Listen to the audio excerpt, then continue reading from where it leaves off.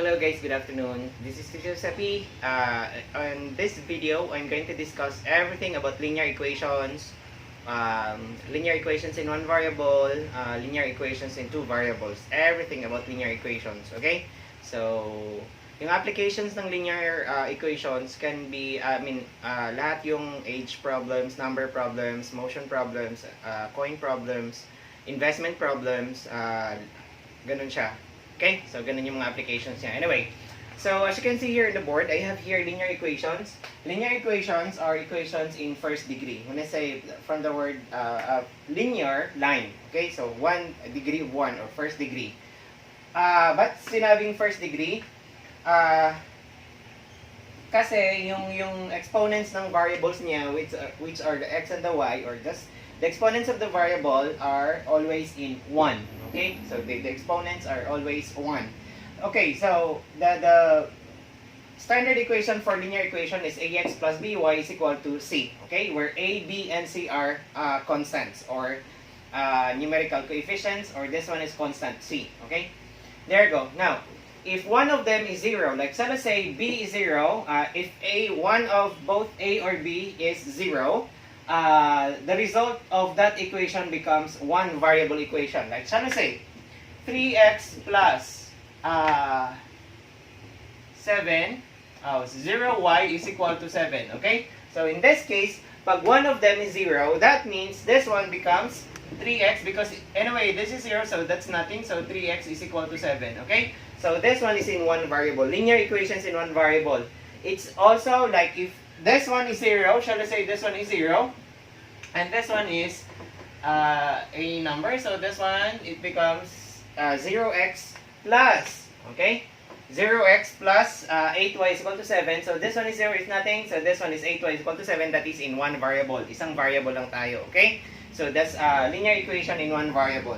Now, solving that one, solving the two examples, I have two examples here, solving linear equations in one variable muna tayo.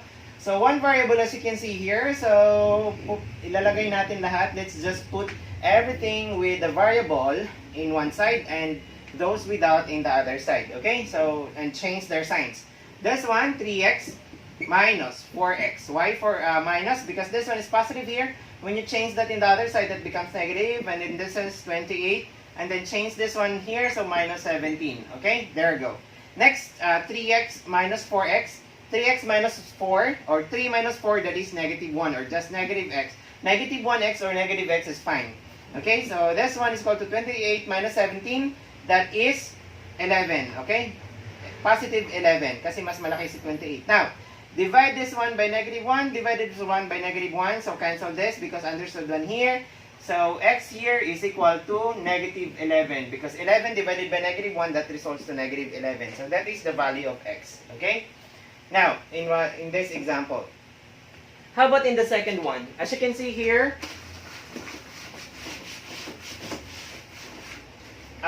we have 12y plus 35 is equal to y plus 46. Okay? So, this one. Solving this, again, bring this one in this side and this one in that side. So we have 12y minus y is equal to, this is positive, so that's why when it changes to the other side, it becomes negative.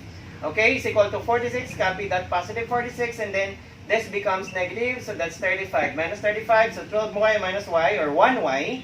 So we have 11y is equal to 46 minus 35, that is 11. Okay, so divide this one by 11, divide this one by 11, cancel that, so y is equal to 1. Okay, this is the value of y here in this equation.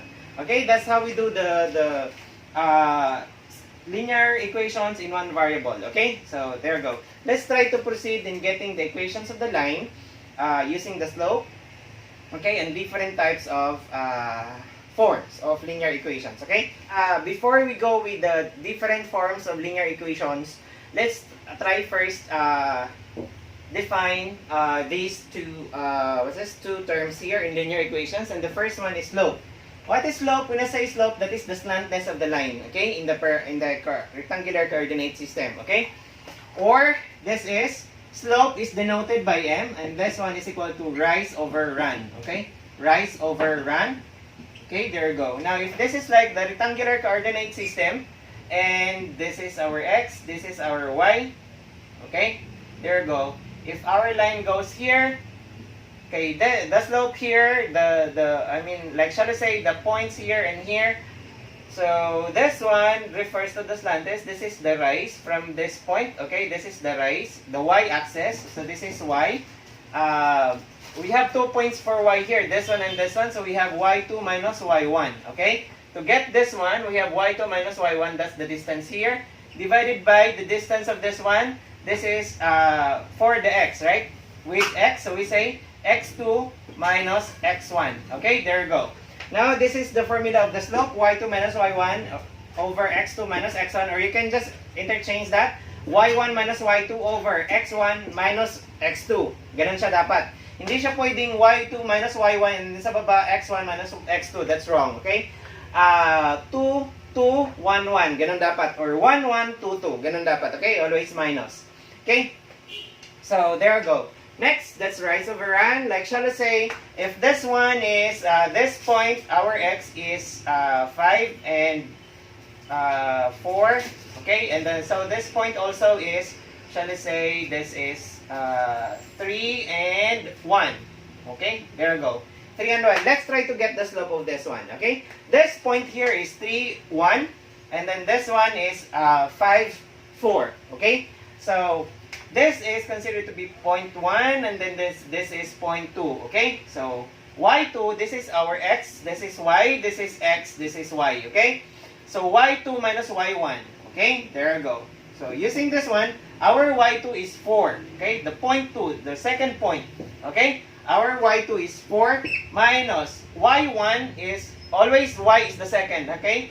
So, minus 1, which is our y1, over x 2, which is 5, minus 3. Okay, there you go. So this one is 4 minus 1, that is 3 over, this one is 2. So our slope is equal to 3 over 2, or 1.5. That is the slackness. Okay, now as you can see here, our line goes like that. Okay, that means our slope is positive. So that's, as you can see here, our slope here is positive. If the line goes this way, okay, if the line goes this way, our slope is always equal to negative. Okay, this is always a negative slope. Okay, if a line goes like this, if a line goes like that, our slope is positive, as you can see here. Okay, there you go. Now, let's define intercepts. Let's define intercepts. Intercepts are points where the line intersects the x and the y-axis. Okay, there you go.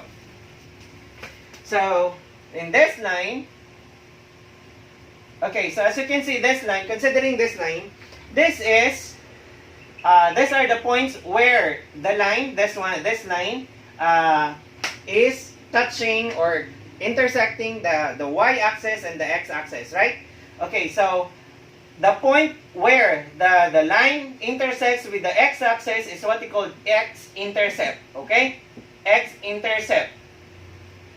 And the point where the line intersects with the y-axis is what we call y-intercept, okay? Y-intercept. Now, if you are going to define this one, like shall we say our x here is 2, our y here is also negative 2, because here is positive for the x, this one here is negative, and then negative down for the y, positive for the upper part of the y, okay? So there you go. Now, our x-intercept is, this is where, how much is, this is 0 always, how much is y here? That is 0, okay? So our point here is 2, our x is 2, and 0 y. Why 0? Because as you can see here, if we're gonna make it like 1, 2, 3, 4, 5, so this is 2, the x is 2. But our y is in the point 0, okay? Straight to the point of 0, or the origin, okay? So that is 2, 0. X is 2, y is 0. Now, here, 1, then negative 1, then negative 2, like that. Okay, there you go. This is negative 1. Now, if you go down, okay, our x here is 0, because as you can see here, x here in this part is 0, right? So our x is 0, and our y, it goes to negative 2. So that's negative 2. This is the point there. Our x-intercept for this line is 2, 0, and then our y-intercept is 0, negative 2. As you can see here, kung ano yung y-intercept, yun yung may number. Yung y-intercept siya, so yung y mayroong number. X-intercept siya, yung x may number. Okay? The other side is always 0. With y-intercept, ang 0 is x, and then x-intercept, ang y is 0. Okay? Remember that always. Okay? So, those are intercepts. So, as you can see here on the board, we have the slope-intercept form. Slope-intercept form is always this one. Y is equal to mx plus b, where m is the slope and b is the y-intercept. Okay? The b is y-intercept. Why b is y-intercept? If x is 0, because in y-intercept, x is always 0. If this one is 0, x is 0, 0 times m, that's 0. And then the remaining will be this one. So that's why b is our y-intercept. Okay? There you go. And m is our slope. The slope m is always the numerical coefficient of x if we are going to change these equations in this form. Okay? So, let's try changing these equations in this form. Okay? So, as you can see here, let's retain y in the left side. Okay? So, retain natin si 2y here. So, that becomes 2y is equal to, move this 3x on the other side. This is positive and it becomes negative here. So, we have negative 3x. And then, plus 4. Now, this is y is equal to almost there. Okay? But we are always going to make this one the coefficient of 1. So, let's divide it with 2. Kung ano yung numerical coefficient dito, yung divisor natin. And 2 and 2. Okay? So, this one cancel. So, y is equal to negative 3 over 2 kasi anyway, or negative 1.5 or negative 3 over 2x. And then, plus 2. 4 divided by 2 is 2. Now, our slope is equal to negative 3, 2. So, that means our line goes this way because the slope is negative. Okay? And then our b is equal to positive 2, which is also the y-intercept. Okay? Now, that's how we're gonna do it. Next one, number 2, we have there 5x minus 2y is equal to 7. So, 5x minus 2y is equal to 7. Changing this, retain y in this side and then move that with x there. So, we have negative 2y is equal to, change that, negative 5x, it becomes negative, and then plus 7, because this is positive 7 here, retain there. And then, divide natin ng negative 2, divide natin ng negative 2, and then negative 2, kasi negative 2 yung coefficient ng y. Cancel this one, and negative divided by negative, that always results to positive, so y is equal to 5 over 2x, retain x there, and then minus 7 over 2, or negative 7 over 2, because this one, positive 7 divided by negative, that becomes negative, okay? In division of fractions, or division of integers, like signs is always positive, and unlike signs is always negative, okay? So, our slope here is equal to 5 over 2, and then our y-intercept is negative 7 over 2. Ganun lang siya, okay? Next, the third one, we have the third one. Third one, we have 7x is equal to 2y minus 12. Okay? There you go. 7x minus is equal to 2y minus 12. Since si 2y na sa other side, let's bring it here. And then 7 also, let's bring it here. Okay? So this one becomes negative. So we have no negative 2y is equal to, this one becomes negative 7x and then minus 12. Okay? So negative 2 and then negative 2 and then negative 2. Any numbers can make this one, okay? So this one, cancel.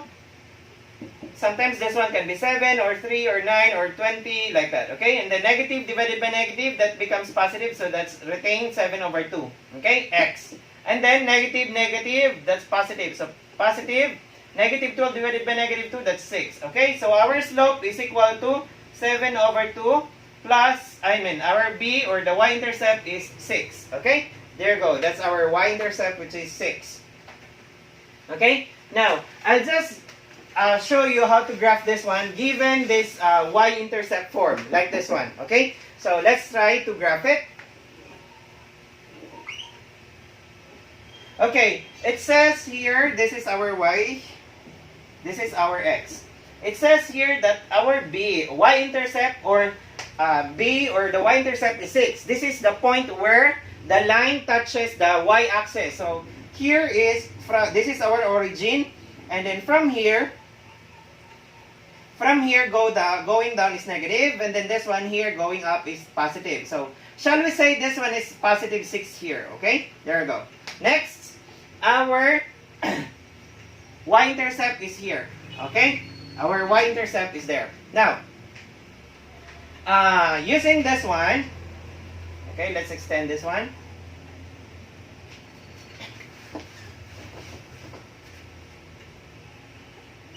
Okay, let's just extend this, like, let's just, the calibration is not really properly calibrated anyway. Let's just suppose this one as being shown on the board. Okay, shall I say B is 6, so that is where the y-axis, the line touches the y-axis. And then we have the rise over run. As I've explained earlier, the slope is rise over run, okay?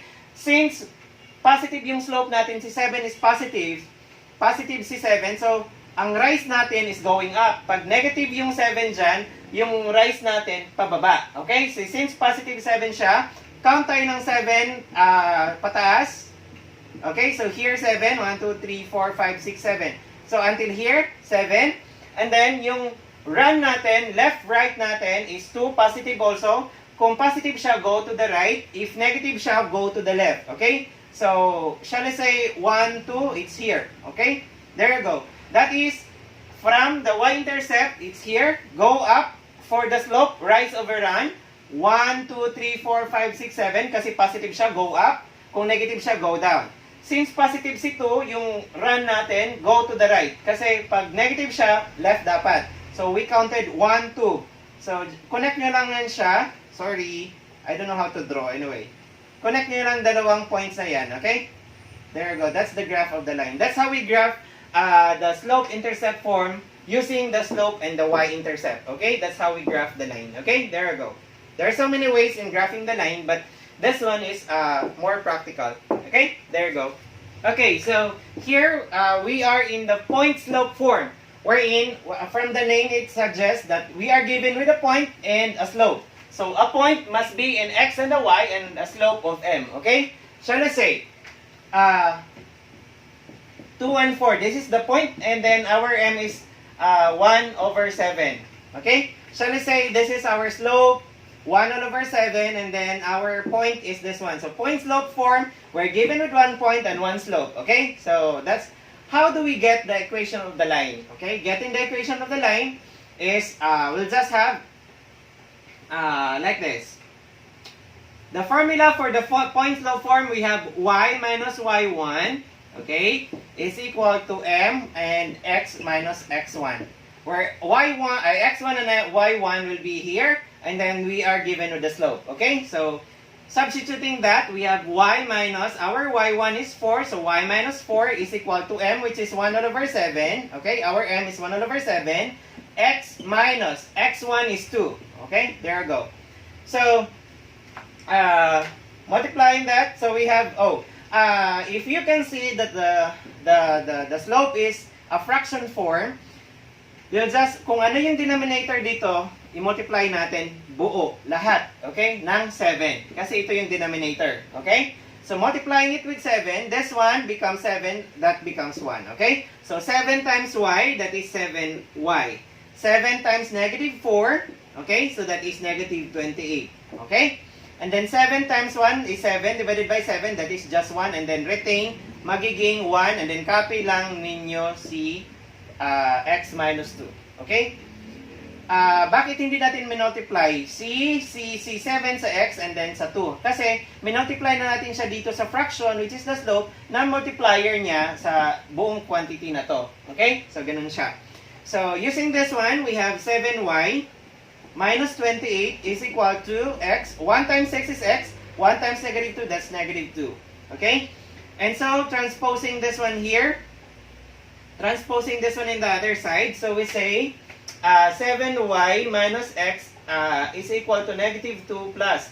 This will become minus x. This becomes positive. So, plus 28. So, and what's this?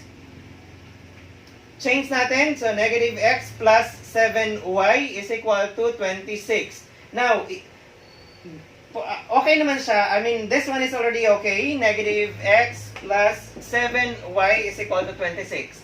This is already okay, but let's make it positive. If you want to make it positive, just kung ano yung ano ng x dito, understood na 1 siya. So we say negative 1, divide by negative 1 all. Okay, negative 1. So this one becomes positive because negative division, that's positive. So x, this one becomes minus 7y kasi 7 positive divided by negative 1, that is negative 7y, and then is equal to negative 26 because 26 positive divided by negative 1, that gives you this one. So this is now the equation of the line given the points 2, 4, and then the slope of 1 over 7. Okay, this is the equation of the line now. Okay, there you go. Okay, so 2.4. That means if 2.4, you will be given with 2 points. No slope. Okay, you're given with 2 points on the line, and then you're going to get the equation of the line. Now, how do we do it? Okay, so taking into consideration the formula of the point slope form. Okay, earlier I discussed point slope form. We have y minus y1 is equal to m, and then times x minus x1. Okay, so sa 2-point form naman, ang dinagdag lang yung formula ng slope because m is a slope. And formula ng slope is equal to m is equal to y2 minus y1 over x2 minus x1. Okay? And so this one, it's here. Okay? Change lang natin si m into, which is the slope, into its formula. So this is now the 2.4. Okay? Shall I say?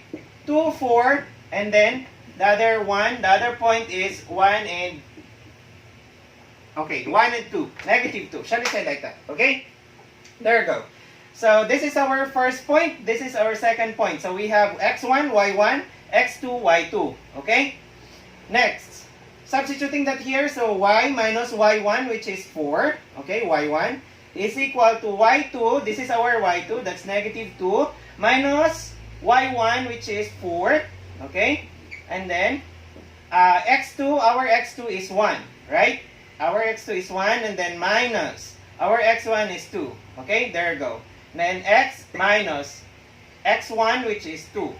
Right? x1, which is 2. Now, pwede nyo gamitin actually here for this point and this one, pwede nyo gamitin yung second point. But in this case, kung nahirapan pa kayo, just stay with this. Okay? Formula. Then, let's try to solve this one. So, this one is equal to y minus 4 is equal to negative 2 minus 4, that is negative 6, over 1 minus 2, that is negative 1, times x minus 2.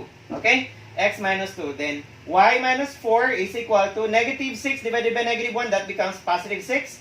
And then x minus 2. Okay? So, transposing this one. So, we have y minus 4 is equal to 6 times, or distributing this 6 in the x minus 2. We have 6 times x, that is 6x. And then 6 times negative 2, that is negative 12. Okay? There you go. So, y minus 4 is equal to 6x minus 12. Now, solving this one, we have y, and then change that minus 6x is equal to, or let's just make it this way. Change this one here, so we have negative 6x, and then plus y, because this is positive for y, is equal to negative 12. And then this one, the minus 4 becomes positive 4. Okay? When you change it in the other side. So, we have negative 6x plus y is equal to negative 8. Okay? This one is fine, but if you want to make it positive, make the x positive, so we have negative 6.